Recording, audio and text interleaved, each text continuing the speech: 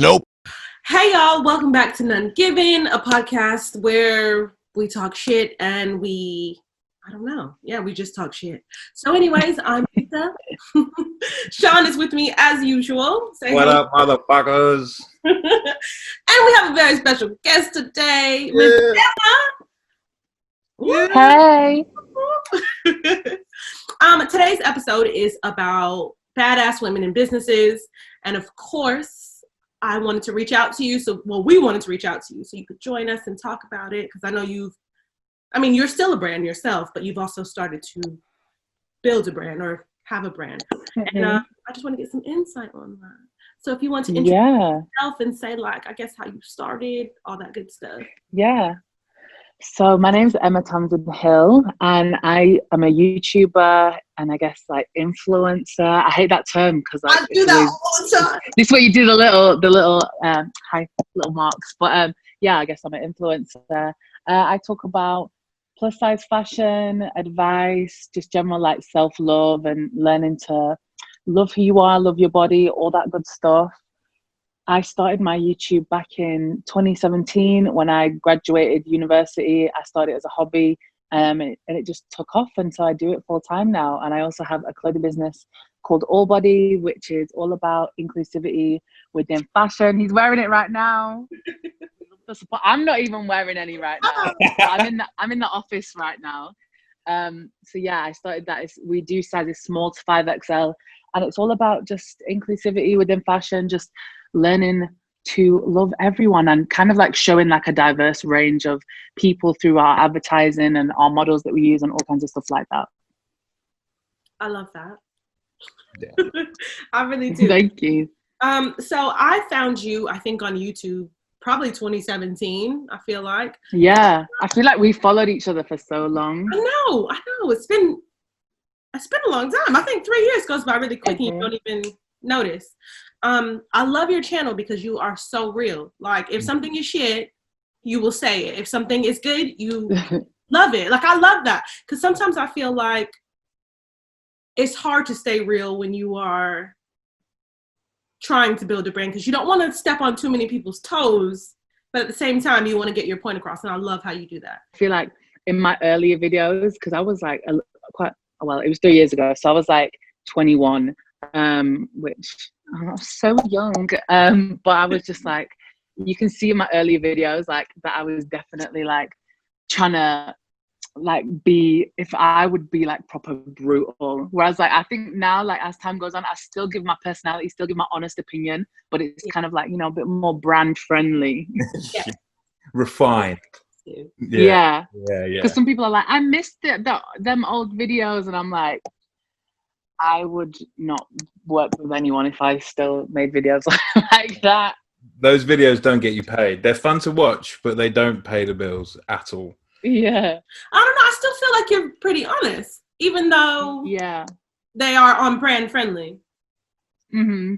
Yeah, I feel like in them earlier videos, because it was just, I had spent so many years watching YouTube. I watched YouTube ever since I was 12 years old. That's what every day I would come home from school and I'd go to my subscription box and I'd watch every single video that anyone put out that day. So growing up with YouTube, I never considered that I would ever make a channel. And when I did, it was just a pure hobby thing for me. And I think I'd just seen how other people edited and stuff like that and pieced it together. And I think it's hard because with YouTube, shock sells. I see a pattern with my videos, and the ones with the crazy thumbnails always do better than the ones that don't have crazy thumbnails. And it's kind of sad that that's the way it is. But I guess it's just the nature of the beast.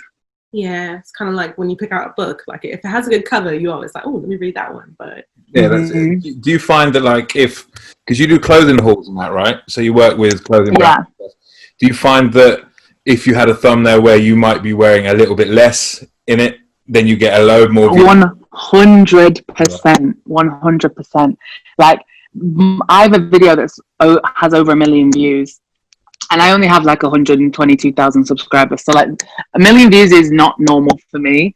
But on the video, in the thumbnail, I'm barely wearing any clothes. Or I was kind of showing that the garment was faulty or whatever. And and immediately you get so many more views for that. But YouTube also demonizes you for that. So they're like, demonetize your video, or have limited ads on your video because it's seen as like not brand friendly. So anything to do with like nudity, even though I was covered, is like demonetized. But it's kind of like because I'm not usually a person that like thinks too deep into that stuff, but you do start thinking like, oh well, if a girl like half my size was like trying on bikinis and stuff, like would she be demonetized? Or is it just because like, I guess like when like bodies are more sexualized when they are like kind of curvier, I guess, or like when we're talking about like boobs and bum and whatever, I guess they're more sexualized, which again would make it less brand friendly. But yeah, I try not to think into it too much, or else I'll start getting like upset about it. I think that's true though. I do wonder, because I have a lot of friends that say they've been demonetized because of their thumbnails or because of the titles they use in the video or the description. And I just think, is that everybody? Because a lot of other type of body types do the same videos, and I wonder, like, are they getting paid, or is it just like, who is it? Yeah, I guess I uploaded a video because I uploaded a bikini haul a few weeks ago, and because I put bikini in the title, it got like limited advertising, and I was like, but there's loads of like bikini hauls on YouTube. So I changed the title from like bikini to swimwear, and all of a sudden the monetization was back on. So I was like, so they just don't like certain words. Yeah, that's true. I think that is, YouTube is kind of funny when it comes to that. I guess when you are curvier and you're more, like you said, sexualized, do you find that you get like a lot of like, I don't want to say negative trolls, but like nasty trolls? Oh, there's like all sorts of stuff. So if it's not like, obviously the main majority of like my videos are like really nice comments, which is sweet. Yeah. But there is also like, there's like two types of people. So there'll be like the trolls that are like trying to be nasty and like, you're so fat and you need to stop eating because you're so obese. You know, them ones that think they're like doctors, like the internet doctor. So you get them ones, and then you just get like the weird.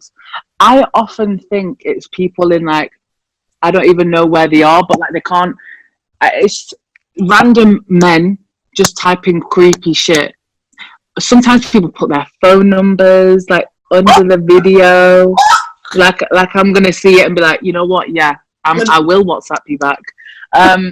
Like random things, like just super like sexual, and it's just like, it makes me feel a bit icky that people like that are watching my videos. But that's the internet, you know. It's accessible to anyone. So what's the craziest shit that someone's ever put on one of your posts? Because I've seen like, I've seen some wild shit on other people's things, but I've never really been through your comments like that. So I'm interested in what people say. Oh, people like underneath Instagram pictures, that's tame for me. Like, because the kind of creepy guys that like we know on the internet will just comment like, I love you, you're so beautiful, will you marry me? Like all sorts of shit under your pictures. When it starts getting nasty is the dick pics. Like, I'm not gonna lie, I must have received over 50 dick pics in my life from doing Instagram, and I just get sent them without consent. I didn't ask for it, but it's somehow in my inbox. That has happened a lot. And I just think, I mean, in my head, I'm like, this can't be real. Like, this can't actually be real. This can't actually be your penis, because who in their right mind would do that? Here's the thing. So I'm a man, right? But I've never understood it. Like, I've never understood like going, oh, I like someone. Do you know what? I like the way they look. I'd like to get to talk to them. Oh, I know. Let me show you your dick real quick. Like, I don't get like what the fuck? Like, how is that the first? I know. Can you imagine if girls did that? That guy's kind of cute. Hold on, let me just show you my tits. Yeah. When would it ever happen? It doesn't fucking happen. I just don't get it. The guy's just like, yeah. You want to see my dick? No. No one wants to see your fucking dick. What is the logic behind it? There isn't any. Maybe people just Google. The thing is, I understand people being proud of what they have and everything, but like the dick pics that I receive, it's not something I'll be proud about. You know? But you've never had one that like you've looked at and gone, fucking hell. They're always just been a disappointment. Kind of, yeah. Oh, And you know, like when guys shave like their pubic hair, and every time I see like shaved pubic hair, all I think about is that you're trying to make your penis look bigger. That's the only thing that goes through my head. and let me tell you now, that's exactly why men do it. Hey. There's no other reason. People be like, "Oh yeah, no, I like to keep it clean." I Well, like what do you it. do Like, then? no, you don't. You like to itch. No, you don't. I'm not. Yeah. Oh, I don't know. YouTube is a funny place. I like it. I love YouTube because I feel like there's so much you can learn and there's so much you can gain from it. But I also feel like there are some nasty creeps out there that write really weird stuff. Does anybody ever give you times on your video that are like, well, like timestamps for? I mean, honestly, I don't know what they're using the timestamps for, but I'm guessing. What they'd be like 2 minute 31. You look fit. Like something like that. Yeah. Or you know what? The ones that annoy me when people be like, the video starts at 3 minutes 27. Like, what?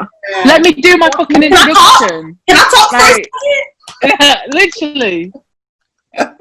Or like someone on my, because I like to like interact like with my audience, and especially like, on the whole videos. At the end, I always say like, let me know what you like what do you like the best and everything. So people always comment like, oh, like, I like this the best, but obviously I'll get people commenting like, I didn't like that. Like, and usually it's like, bless their hearts, it's like a lot of like older women. They'll be like, you need to send that back. You know, like your mum would. Like your mum would be like, no, I don't like that. Send it back. Like this is what I get under my videos. That people be like, I only like the orange dress, the pink top, and the skirt. Send the rest back. I'm like, thank you for the input, darling. Because like they don't mean it in a mean way. It's just like, trying to give me their feedback. At the end of the day, as long as they keep engaging, it makes your figures look good. It gets you paid deals. So fuck it. Yeah, I guess so. So we've talked about your YouTube and your Instagram and being an influencer. What made you take that to turn it into a brand for yourself? I think I didn't realize when I first started how serious this shit is and like how much of a viable business it is. And I think when I first started, because both my parents have like a business together, and my dad's, I guess, like kind of what you would say an entrepreneur, but like my dad was not like raised like this. Like he taught himself everything he knows. Like he left school when he was 16, worked on a farm, like all that stuff. So everything he knows about business, he is self-taught. So he's like a really good mentor for me. So when I remember I first made my first bit of money from YouTube. I think I made like £20 or something. So on my like affiliate links, if you don't know what an affiliate link is, it's like where you can put a link to a piece of clothing or whatever it is, and if someone buys through it, like you earn a commission. So I earned £20 on my affiliate links, and my dad was like, "What?" He's like, "You earned £20?" He's like, "From doing what?" I was just like, "From this thing." He was absolutely astounded, and I think from then he was like, "Wow, like this is actually like a proper business." So when that happened, I guess like 2018 was like the year that it really took off, and it was just like a bit of a whirlwind for me. And then like when it came to like 2019, I think I'd really realized, okay, this is like a proper business now, and I need to like get myself in order, and I need to like check myself and make sure, like, although you be yourself completely, that's great, at the end of the day, like this is a business as well. But it's kind of scary, like when you yourself is your business, like that is your brand. Yeah. And I think like starting Allbody as well helped me with all that, because obviously I have to do a lot of customer service now and emails and like interacting with people and stuff like that. So I think now I kind of transferred the customer skills, like customer service skills from Allbody into like my everyday life as well. So when I'm interacting with people on Instagram or whatever, I know how to like talk to people. Say if they come to me and they have an issue with me or whatever, like I feel like I can talk it out now. Whereas I feel like a lot of people who do like the whole internet job, just go off on people and stuff like that. And for me, like, I don't want to do that. I can't do that because in my head it's like it damages my brand. Yeah. So you think it kind of it makes you a better influencer by having experience in the business world, because you now take it more seriously. So you take your self brand more seriously and more professionally now that you run your own sort of business, and that's kind of helped you in that progress. Yeah, that's really interesting. Yeah, I think because before it's like you just think, oh, this is me, this is just my life. But then when you start seeing it and it's like, okay, well, my life like makes me my rent every month. That's what gives me my paychecks every month. You kind of can't be too frivolous with what you're doing, because you kind of have to think, okay, well, this can go like that. Like all of this, like all this career, all this job could go away overnight. So you just have to kind of sort of like check yourself and be like, okay, I need to. I mean, it's not too hard because I'm not an awful person. You know, I'm a great person, so it's not too difficult for me. but yeah, it is like you do have to view it as a serious business venture whilst also still being relatable to your audience. Yeah, definitely. I mean, my real job is I work social media marketing, so I deal with influencers all the time. And the biggest piece of advice I give to anyone, and anyone who wants to be an influencer that's listening to this, is treat yourself like a business, and treat every time that you approach a company or a company approaches you, treat that like a job interview, because essentially it is. You're doing things to be able to get money and to get paid. So I think like what you've just said is like such valuable advice to people like wanting to start out in that field, because without the sense of professionality, there's only so far you can go. You know, you like you said that back in 2017 you were making these crazy videos. You took that switch and you took it more seriously, and you've moved on. You have to realize that you have to move on and take it seriously. Yeah, definitely. And there's still like certain things. Obviously, I keep my personality in like everything I do, but there's certain things that you think, okay, I'm just going to cut that out, or I'm not going to say that, just because it's like you have to keep everything that you do. You have to remember like your brand and who you are and like all this stuff. Like for me, I talk about all kinds of things like sex and dating and relationships. Like nothing's off the table when it comes to me. So I feel like that I can talk about all these things, but even there's some things like I've been editing a video today that's like a tipsy girl talk with my friend, and there's a lot of bloopers in that video that I would never like put out there, even though they're funny, just because like obviously first of all I don't want to expose me and my friend like for saying the things that we say, but yeah, you also have to view it as like, well, a potential brand could watch this down the line, or someone that wants to work with me, and it's like I don't want to kind of ruin my chances in the future by like little things that seem funny in the moment but they aren't really funny. Yeah. Most of the time we're just talking about sex and penis, not horrible awful things. Yeah. So yeah. Does that mean the girl talks to Beck then? Yeah, this one should be up like either tomorrow or maybe Sunday. That's cool. Do you feel like, when did you start Our Body? I feel that was last year. Was it last year or this year? Yeah, it was last year. It was February of last year. Wow, was it February of last year? Yeah. That's a long time. Do you feel like it's gone in the direction that you've wanted it to go? Because I feel like we've seen it grow from just starting off. Yeah, it definitely has that, and I am really happy with where we're at the moment. And like I said, my dad is again like, he helps me so much. So it's like we're kind of in business together, because my parents own 24% of All Body, so they have like a 12% share each, and my dad just kind of, I think because obviously it excites him and like all this stuff like about business, and obviously he wants me to do well, so he helps me so much that I could not do this alone. So he helps me so much. My cousin works for me full time, so all the garments and everything, she does all of that. So we have all of our own machinery down there. Like when we've got off the call, I can show you later. But like it's developed so much. So in the beginning, it was just like our first launch was 5 pieces. It was like 4 t-shirts. No, yeah, it was 6 pieces, 4 t-shirts, 2 sweatshirts, and we had it all printed like out of house. We got it all done near us at a place that like prints for universities and all sorts of stuff. We had them all screen printed, and obviously we had no clue what we were doing. When I say me, it's like me and my dad. We had no clue, because I came to my dad and I said, I want to do this thing. I want to, you know, start this brand, because I'd had the idea for All Body back since 2017.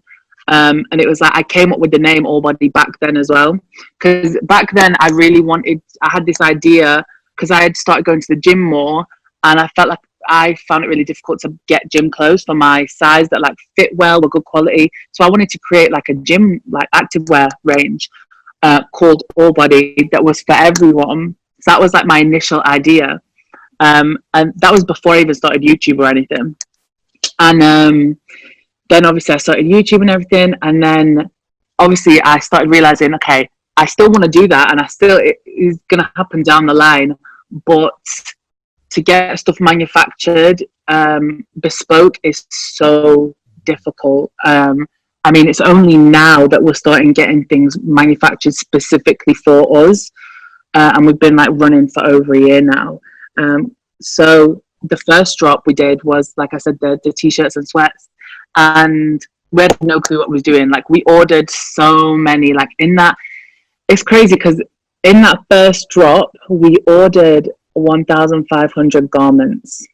And we don't even do that many now. Like, so we've tailored things a lot, because now we drop like every month, whereas back then we did that first drop, and that first drop was still to date our most successful drop. And I think it's because there was like months of like hype up to it, because I was doing it all the time. I was going to see the printers, I was doing this, I was doing that, and it was so exciting. And then it dropped, and I think a lot of people were like intrigued about us, and like, well, I think a lot of people viewed it, and they still do view it, as like merch for me. But I want All Body to like be established as its own brand, but I know that that'll take like a few years, because obviously it's still very affiliated with me. But yeah, that first drop was crazy. Like, it was just mad. I've forgotten what the question was. I went on a tangent now. But I think, was it with the first drop? I don't know, but you had vlogs that I really liked watching. Yeah. Going to like screen printing and telling the differences between this and that. I really like that you let your audience follow, I guess. Yeah, because I guess like you don't really get to see a lot of behind the scenes of this stuff.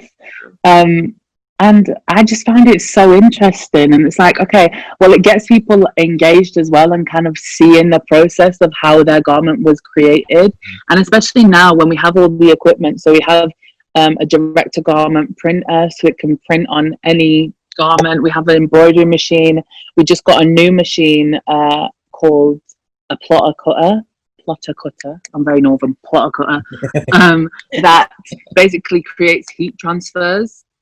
So we just did some the other day, so we can do it with like it's called flock, but it feels like velvet. Like, there's so many different ways to like decorate garments. And now it wasn't my idea, it was my dad's idea to invest in all of the machinery, because last year after our first drop we had a bunch of issues with our supplier, and it took about 5 months to get another shipment in of our stuff. So it just took forever, and like by that time, like things have died down and XYZ. So now we have the resources here where we can literally, like, we're dropping every month now. So that's really exciting. And what I think you've done a really, really good job of, because we live in a culture, and especially because you blog about fashion and stuff like that as well. We live in a Primark culture, where people like £2 t-shirts, the £3 H&M t-shirts and stuff like that. By giving yourself that identity, and I'd never even thought about it as like people think about it as like merch for you, because I view it as a brand, but that's interesting in itself. And you've done such a good job of being able to take people along the whole journey, so they don't mind spending £25 for a t-shirt or whatever it is, you know what I mean? And I think that's so impressive, because I know what it's like.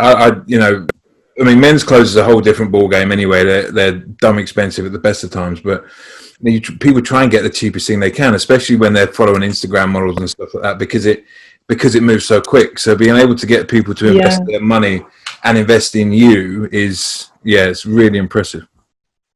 Yeah, and I think as well what's important about what you said is we do live in such a fast fashion culture, and for small independent brands like mine, we don't have the resources to charge the same as these people, because when they do things in such huge numbers, the cost comes down. Like, they don't have to pay as much for a garment as I would pay, because I wouldn't order as much as they are.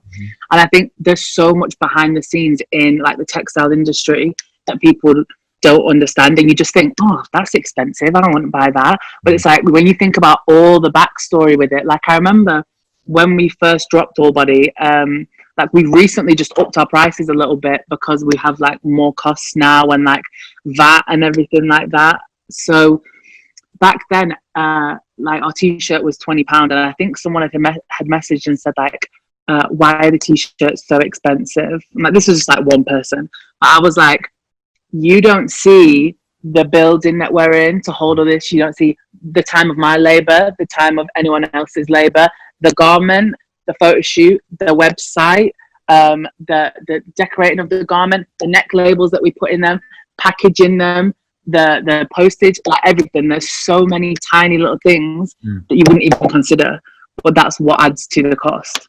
Yeah, and that's before you've even made profit for yourself. Yeah, 100%. Yeah. So don't be cheap, people. Spend your money.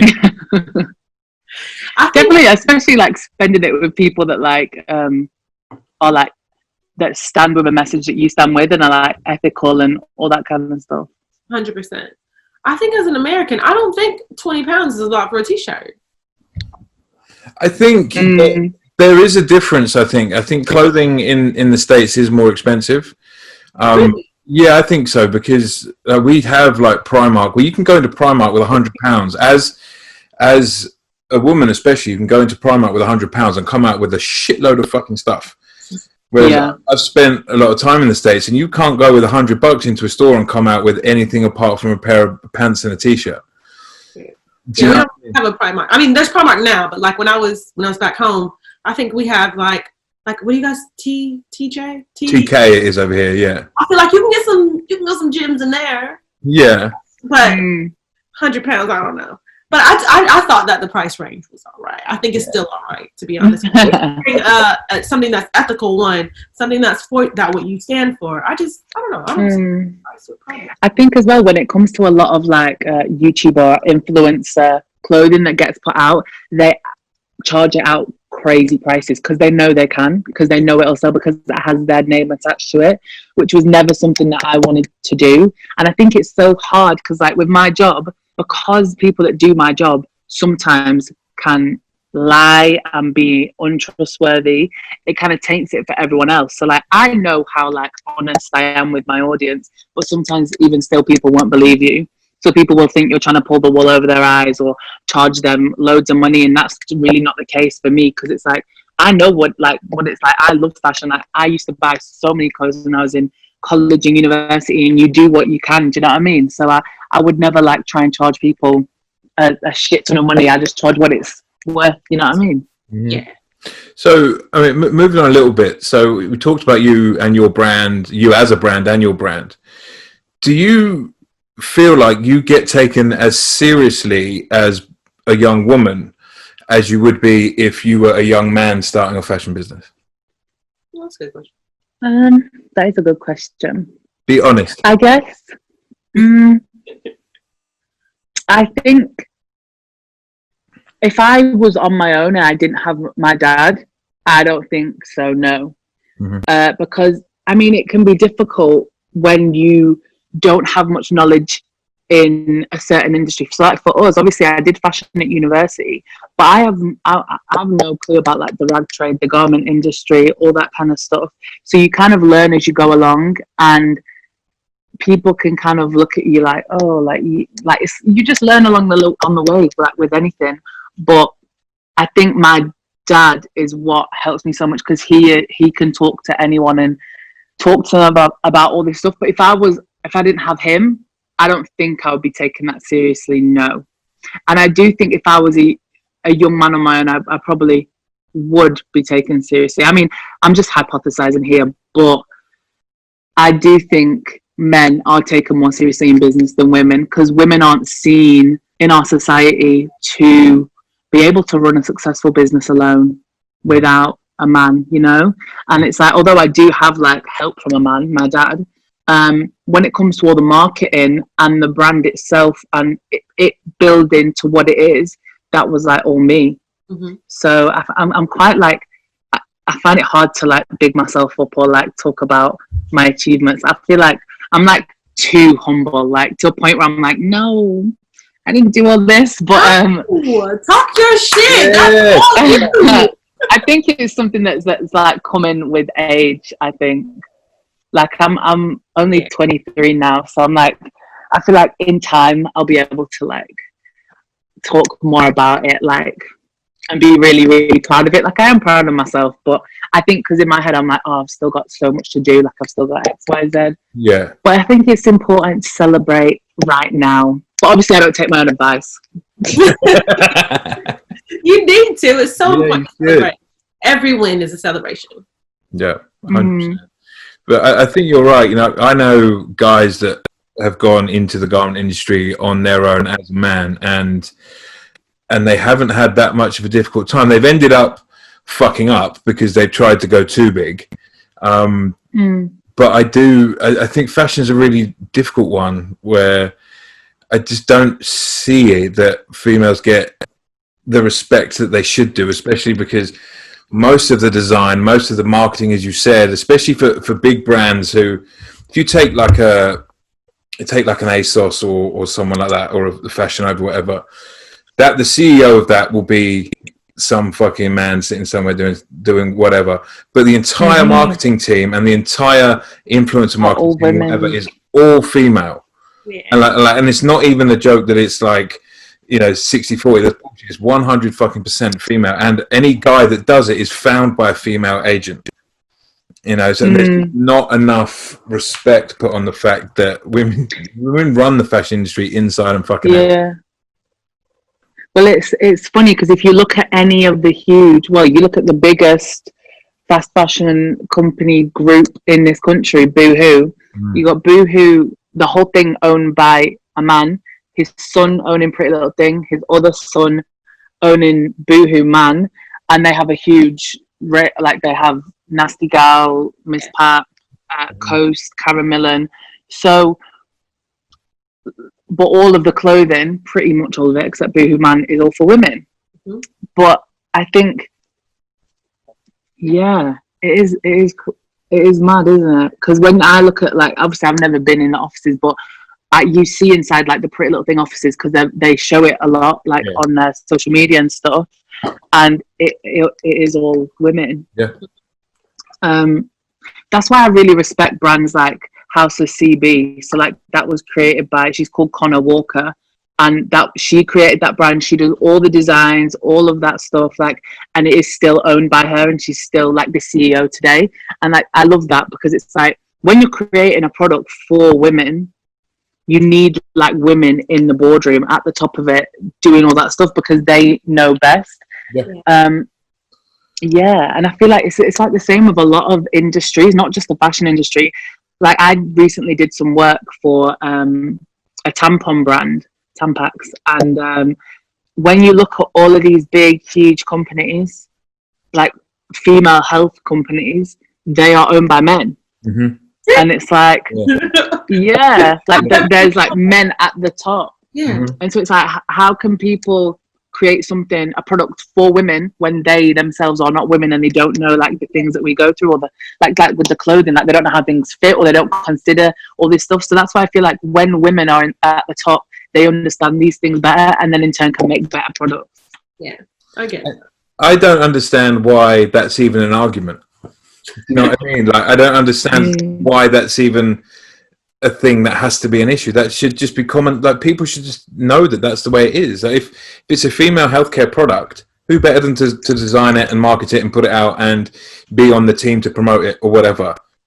It's the people that are going through the fucking thing. You know what I mean? I find it bizarre. But one thing I want to touch on quickly, slightly off topic from our notes, but so you are you talk about plus size fashion, all right? So me and Meeks have talked about the term plus size on previous episodes, what we think about it, if we think it's a good thing or a bad thing or whatever. I am a plus size guy, right? I find that there is a huge gap between the ranges of clothes available for plus size men versus the ranges of clothes for plus size women. All right. 100%. Why do you think that is? Like, why do you think fashion brands completely ignore big men? You know, there's always been a shop. I don't like you might know, Emma. There used to be a shop called Evans in the UK back in the day, which has always been on the high street and always plus size clothes. But never have I ever seen a chain brand that stocks plus size men clothes. I just wondered why you think that might be. It's funny because I've spoken about this before, and I think when we're like looking at all these industries, I mean, we can like try and pretend like people like care and this, that, and the other, but the fashion industry is all about money. Like all these industries are all about money. And I guess if you're not seen as an active consumer that they can make a lot of money out of, then they don't care, which is why plus size women for so long, we were viewed as, oh, well, they don't care about fashion because they're fat. But we did always care about fashion. It's just that no one catered to us. Yeah. So when they realize, oh, they are interested in fashion, that's when like, oh, every man and his gran is bringing out a plus size range. Do you know what I mean? And plus size fashion is some of the highest, like we buy a lot of clothes. Like I used to know a girl, well, I know a girl in the marketing department of a fast fashion brand. And she said to me, they have a meeting every week and every week they talk about the highest selling items that week, and every single week the highest selling item is always plus size. Really? And that's in a huge fast fashion company. Wow. So I just find it like there is a huge market for plus size men's clothing. It's just that people haven't tapped into it yet. And it's the same with plus size women, the same with plus size men. Like we were not seen as, I don't know, I guess we are just seen in society as like kind of like less than, and like that in itself is like really sad to like for me to like even think about.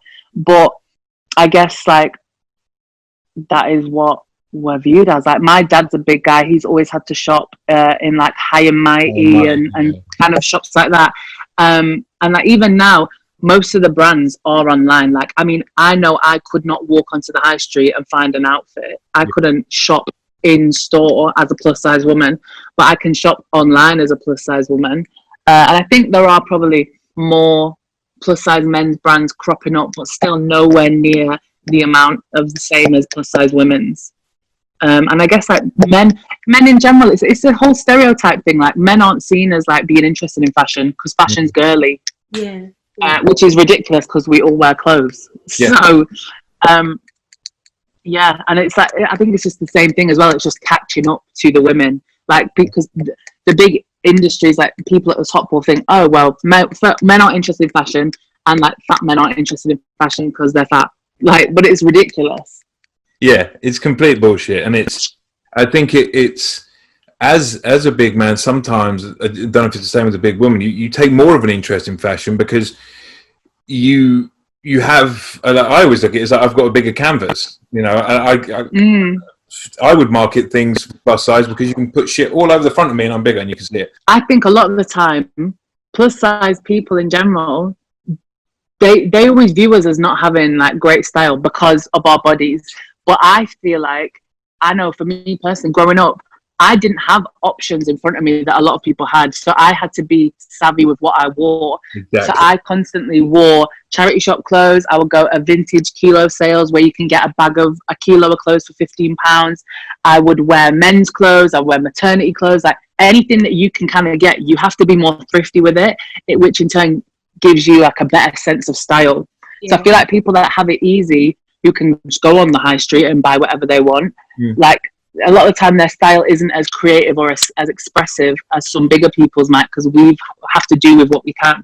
Yeah, I used to buy because I knew that there was shops that sold female plus size because I'm old as fuck, right? So when skinny jeans became a thing, I was like, shit, I want to get some skinny jeans. I had to buy women's jeans. because the men's jeans would only still come in fucking 501 length. Do you know what I mean? Still with the wide length pant. I didn't want that, so I had to get women's jeans because they were tighter on the leg. And so I think, you're absolutely right. As a big person, you don't necessarily work on your style more, but you have to work on it more if you want to look. So that gives you a bit more of an interest, and it makes you a lot more open to wearing different kinds of things. Definitely, because I don't like the whole labels thing anyway. Like, oh, what? Just because I'm not pregnant, I can't wear a maternity dress. Like, and the whole thing of like, you can't wear men's clothes, you can't wear women's clothes. Like, I just feel like wear whatever you want and what you feel good in and what fits. Yeah, 100%. I do have a question about. I think I don't know what episode it was, but I don't understand why every company doesn't cater. I think you said you go up to a 5XL. Because I was saying maybe, I don't know what company we said, but I didn't understand why they didn't have bigger sizes and they had all the money. Is it more expensive to cater to do bigger sizes? The garments, when on our garments in particular, our garments at 3XL, they get a little bit more expensive. So the 3, 4 and 5XLs are more expensive, but you kind of just absorb the cost and make it relative across the whole range. When it comes to manufacturing clothes, which a lot of these places are, it makes no difference. I mean, I don't really think it makes a difference. Obviously, you have that slight price increase on the bigger sizes, but you just even it out between all the clothes. For me, starting out, it wasn't easy to get clothes up to a 5XL because not every wholesaler, like not every brand goes up to a 5XL. A lot of them will stop at XL. A lot of them will stop at 2X. But it was very important to me that we went up to a 5XL in everything that we did. So like we could have done so much stuff. Like we could have done joggers and all sorts of different things, but we haven't because we can't get them wholesale in those bigger sizes, which is why now we are getting things manufactured specifically for us. But you have to have the money to do that, to be able to drop £10,000 on getting things manufactured for you, which in the beginning no one has. So you kind of like have to build up to where you have that money, where you can drop a big investment on like a lump of stock. But for the huge companies, I don't think there's any excuse. And it's like everyone has kind of caught up with the times, and you kind of look at brands like Topshop, who were like the biggest high street retailer, and they're just kind of dying out. And it's like, it's no surprise to me when you're not catering to the market at the moment. They have never ever done plus sizes, and I don't think they ever will. And that to me is kind of baffling, because it's like, why wouldn't you? When everyone wants it, it would sell really well, but they're not doing it. And I just start thinking like, why do you think it would taint your brand to be affiliated with larger people? Like, it doesn't make any sense to me. But I think that's it. I genuinely think that's it. I think that the aesthetic of the brand gets tainted, I think, because then if you sell plus size, at some point you're going to have a plus size model, you know, and a lot of plus size models are not plus size, if we're honest about it. So, you know, then people get pissed off with that. So they're going to want to start seeing an actual plus size model. So then brands are going, oh, I don't want someone fat on my fucking window. So they don't do it. They don't do it. And it's literally. Yeah. But the thing is, like, I mean, if you don't want to get with the times, then you're going to be left behind. Do you know what I mean? Like, if that's the way it is. And I feel like Topshop, I remember they increased their size into a size 18. So they only used to go up to a size 16.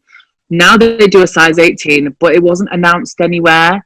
It wasn't like made a thing out of. It just happened secretly, like, and in silence. And it's like, why even do it? Like, if you're not gonna tell your consumers. And it just doesn't sit right with me. And I feel like everyone else on the high street has some form of offering, even though it might not be great. Like Marks and Spencer's does plus size, and they go into bigger size. Primark does up to a size 20, 22 sometimes. Like, you have all these shops, like New Look has a plus size section, H&M has a plus size section. I feel like they're the only ones left that has not. Yeah. But like I said, I can't go on the high street anyway, because even if a brand has plus size, it's very, very rarely going to be in store. Never in the store. Yeah. Ever in the store. Yeah. They always say like, oh, well, we can order it in for you. Well, I'll just order it myself then. You know what I mean? I don't order it into store for me. I'll order it to my house myself. And that's why the online like businesses are booming. Booming. Because it's just because it's become so accessible. And like my dad reads loads of like articles about like the business behind fashion. He sends me articles all the time about like how plus size fashion is like, it's, I don't know what's the percentages, but it's a massive part of the fashion industry, like the money that it brings in every single year. And that makes me happy because I feel like more people get to experiment with their style and stuff. Because when I was like younger, when I was in college even, so not even that many years ago, like 5 years ago, I couldn't get nice clothes. Like ASOS Curve was a thing, but nowhere near the thing it is now. And they were kind of like the first ones that did plus size fashionable clothes. Okay, I didn't know that. Yeah, like Pretty Little Thing. I remember Pretty Little Thing only launched their plus size range because I did a review on it right in the beginning of when I started YouTube. So it was probably 2018 that they launched their plus size range. And look at it now, it's absolutely huge. Like they're dropping things every single day, all the time, new things. It sells out. Like it just shows how fast things can change once you give people the platform to be able to buy. 100%. I think I love it because growing up, like my family's on the bigger side, and I feel like my mom could only shop at Lane Bryant. I think that, I don't know if you guys know what Lane Bryant is. Yeah. And I think I touched on this before saying that I feel like the models that they used were kind of like, they never dressed them to their full potential, if that makes sense. Yeah. Like, and I love that like now you can see like everyone in a crop top, no matter what size it is. You can see everyone in a, I don't know, whatever it is, and everybody looks good. Like, I don't understand the point of not putting people in certain things because you feel like it won't look good, if that makes sense. So I like that that's more open now. Like, I know I talk about Fashion Nova in every episode, Sean, but I love that Nova does have like a good sizes, and that they show girls in I call it sometimes my thotty wear. Sometimes, yeah, like everybody should be able to wear what they want to wear. That's just how I feel. I love that now that it's changed, because I know when I was young, I just felt like it just wasn't. It wasn't like 100%, and that's like why I started All Body as well. Because when I was younger, I felt so excluded from fashion. Like I was someone that loved fashion. Like when I was younger, I wanted to be a designer, but I can't draw for shit, so like that went out the window. So then when I decided I wanted to be a stylist, that was great, but it was like, when I was younger, I felt so excluded because I didn't have any friends that were my size. All my friends were, I only had slim friends up until I started YouTube, when I actually met more people my size who were interested in fashion and stuff. So growing up around people that were like half the size of me, all of them used to shop at Topshop, and I used to go in there with them. And when you're at that age as well, and you're going through puberty and stuff, I think this is why I ended up having so many issues with my body and how I looked, and hating myself, because I hated myself for so long. And I used to go in them shops and I would try and squeeze my ass into a size 16 to try and fit in. It's a thing of fitting in. And like when you can't wear what your friends wear when you are like 15 years old, you feel so excluded, and there's no worse feeling when you're young. So I guess that's why I wanted to create my brand as well. So your friend can be a size 8 and you can be a size 28 and you can still be wearing the same thing. And I feel like it's like a sense of community, and that's what's really important. Yeah. I think we touched on that about the plus size and all that behind it, because it is the community that makes it what it is, really. It's not just brands, it's the community. 100%. So we've got written down on our topics mental health and social media. So you've said that you get some kind of negativity with people just saying, I'd send that back if I was you, or whatever. Do you let that bother you, like, or do you just brush it off? And does it, like, have you ever had instances where it's really got to you and you've kind of thought, fuck it, I don't want to do this anymore? Definitely. It's not the little things, although them little things are annoying and them annoying things pile up. That isn't the kind of things that gets me upset. And I like to think myself as like a strong person and all that.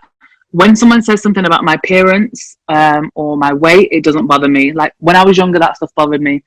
But I've kind of got to a place now where that stuff doesn't, say what you want about me, I don't care. But when people comment on who I am, on my personality and like deep rooted things, that affects me. And like, I think it's kind of difficult because it's like, for the past, probably like all last year and this year, I feel like my job online kind of has been eating away at me. And it was something that I just thought, okay, maybe this is just what it is. This is part of it. And it's like, last year I had a really like difficult time, and I had depression. And it was from like a plethora of things, but I feel like something that kind of did contribute to it was like who I am online, and like my life being plastered everywhere for everyone to see, and like the comments that I then in turn got from that. So it's something that I feel like is difficult because it's kind of deep rooted, because you can work on yourself so much, which I did, and I built myself up so much, and I learned to love myself and all that stuff. But I think when people say these things to you, it chips away at that insecure part of you that is like so deep tucked down that you tried to cover and you tried to work on, and it's not there anymore. So it's like when people say these things, it's like the little devil inside of you is agreeing with it. It's like, yeah, like that. It's really weird to like explain, but it's like that little devil inside of you feels like noticed, and it's like, yeah, like what they're saying is true and all this stuff.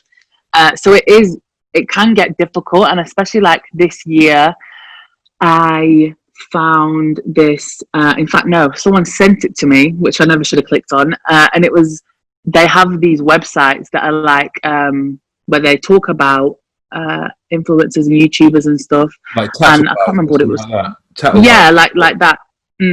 So I mean, people will probably go and look on it after this, but there was a thread about me, and I read it, and you try to you laugh at it when you're reading it, and I was laughing at it, and I was like, oh, this is so ridiculous, like this is ridiculous, like. But I felt for like 2 weeks after I read that, I felt so fucking shit every single day. And it makes you, it's not just like that you feel shit, it affects how you act. So I start thinking, you start thinking twice about posting things, and even something as simple as a story, and you think, I'm not going to do that because then people will say this. And I realized I was doing that, and I was living my life online to please other people instead of just doing what I wanted to do. And that in itself is like soul destroying, because you're not living as you. Like me and my friend talk about this, and he did like counseling and psychology at uni, and it's like you're living as a false sense of self. Like you're not being yourself, you're pretending to be something else, but you don't even realize that you're doing it. And that in itself like causes you to be like super sad and like just down. And like this is something that I've like teetered with for a really long time, up until like, I mean, I guess I'm still a little bit teetering with it now, but I've started therapy now and stuff like that, so I can actually talk to someone about all these things. And like amongst other things, like you just really need to create boundaries with this kind of stuff, so that it doesn't like, now I would never go and read that stuff, even though I know it's in my head, I know it's all happening, I know they're still talking about me every single day, and I'm so rational, because it's like I know it's ridiculous, and I know like they're projecting their own insecurities, and they don't know me, and they don't know my life, but it still like bothers you. So that's why I'm trying to like create boundaries and all that stuff. So like I'm feeling really good at the moment, but this stuff, it's like it's no fucking joke. Like people want to do this job and they think it's the best job ever, but this job can literally destroy some people if you're not strong enough. So yeah, and it kind of sometimes it can take away from why you started and the enjoyment that you once had from this job. So it's really important to create boundaries, because my career kind of like took off quite quickly. I never created them boundaries, and because I was just like young and naive and having fun, but it can really, really badly affect like some people. Mm.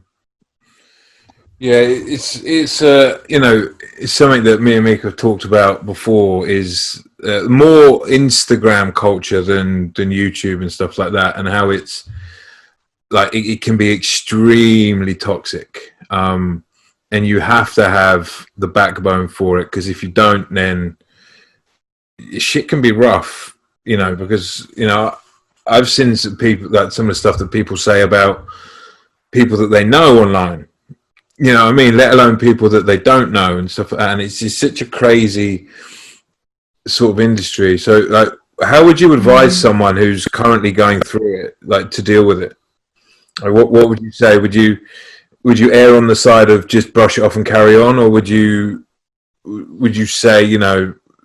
I think it's so easy to say, oh, brush it off and carry on, but it's, I'm like, even as the strongest person, you can't brush that kind of stuff off and carry on, because most people in everyday life would never be told certain things about themselves. Like, you wouldn't be told this kind of stuff. It's a very abnormal situation to be in, where people are constantly like saying things about you, saying mean things about you, about your appearance, about what you do, about your friends, about your family. Like, every little tiny part of your life is dissected and picked apart and spoken about for people's entertainment. And I think that in itself is so strange. So I think my main piece of advice would probably be, you need to have time away from social media and know when it's time to just to switch your phone off and not touch it, because you have to create them boundaries for yourself, or else you will go insane. And I think that's why I was kind of struggling so bad, because one, I have an addiction to my phone, which like people don't want to see as like a real addiction, but I have a social media and phone addiction, and it's ridiculous. Like, at some points I was literally spending like 6 hours a day on Instagram, like just on Instagram.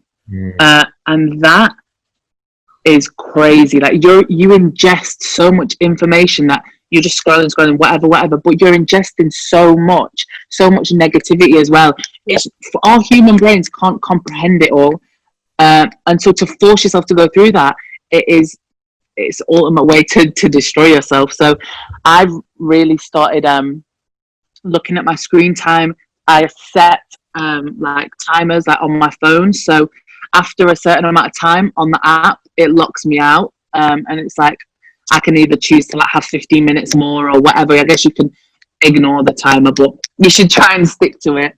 And I also do this thing now where I have I've forgotten what it's called, but it's on your phone. It's all through the iPhone, which is really useful. Like in the settings, in the screen time bit, I set a thing on my phone where it's like I can't get on any of my apps after 10 o'clock.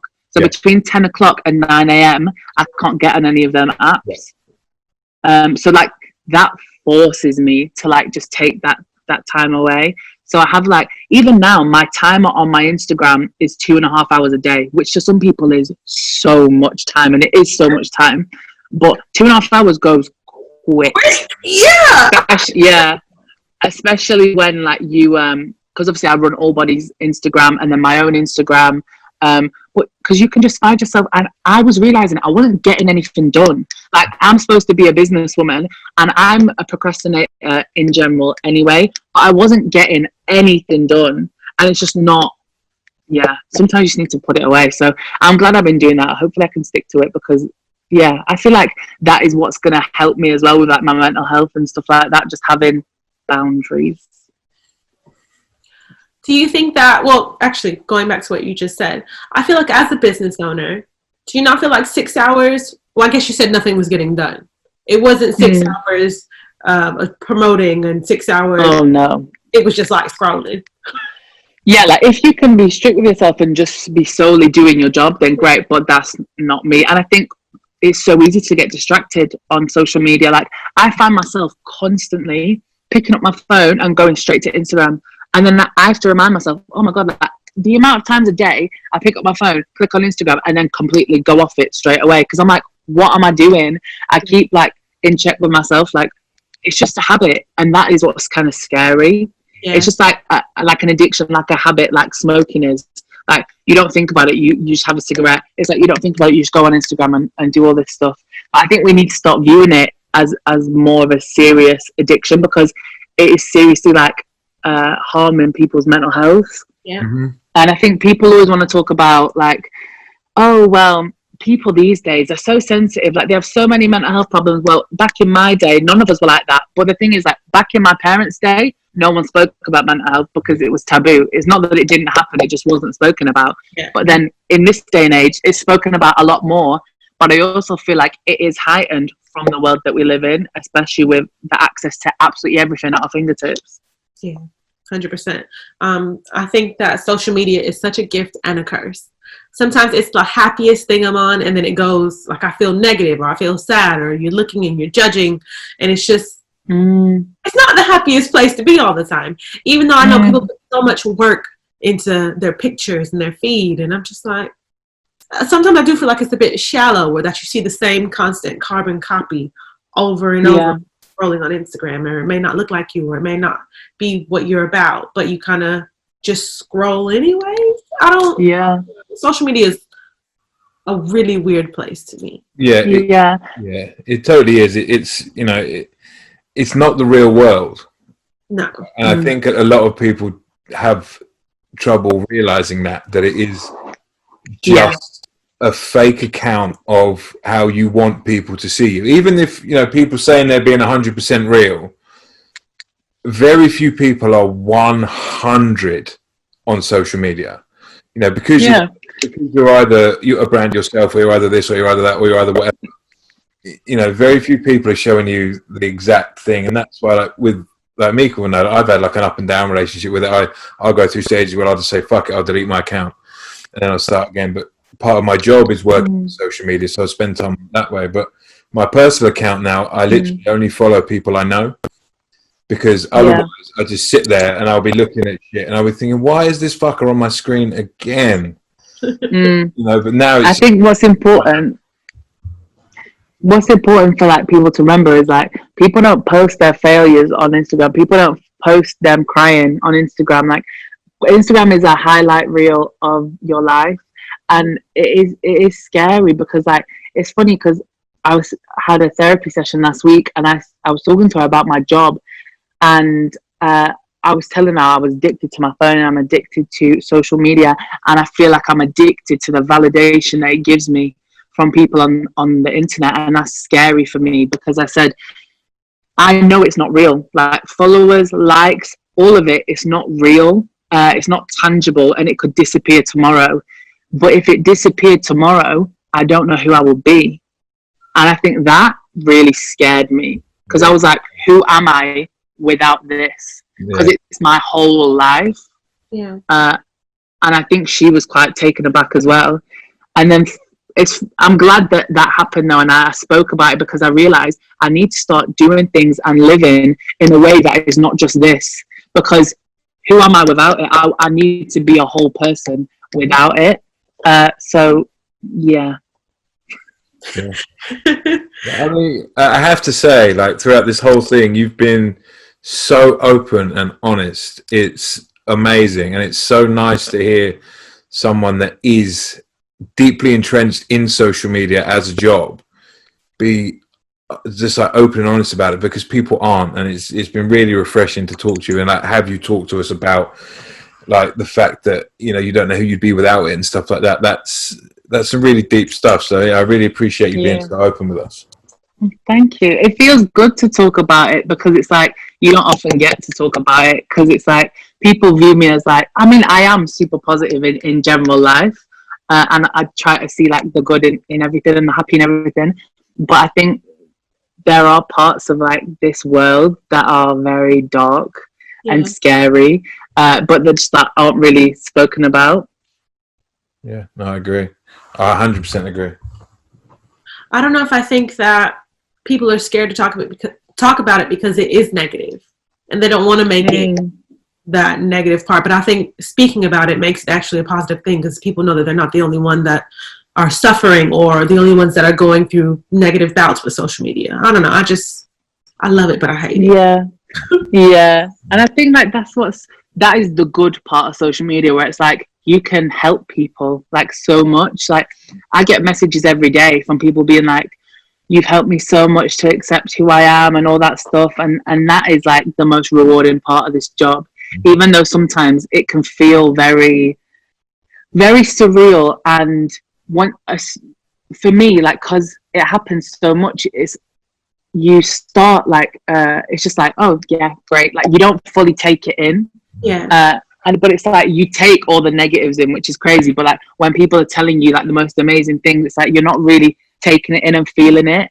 But I think it is good that people, you can literally like have the power to completely change someone's life. And that's like the good parts of social media. 100%. Yeah. I guess we've covered everything, you guys. Thank you so much. Like, I really appreciate you coming on here and talking to us, because that was good. That was really good. Thank you. I really enjoyed it. Is there anything that you want to shout out? Any big thing you got coming that you want people to know about? Not right now. Just go and follow All Body UK on Instagram. Check us out. Hey, my YouTube is Emma Tamsin. Instagram, Emma Tamsin Hill. Yeah. All right. Thank you guys so much for listening to this episode. Thank you, Emma, for talking to us. We really enjoyed you. And yeah, I guess we'll see you guys soon. See you soon, guys. Bye.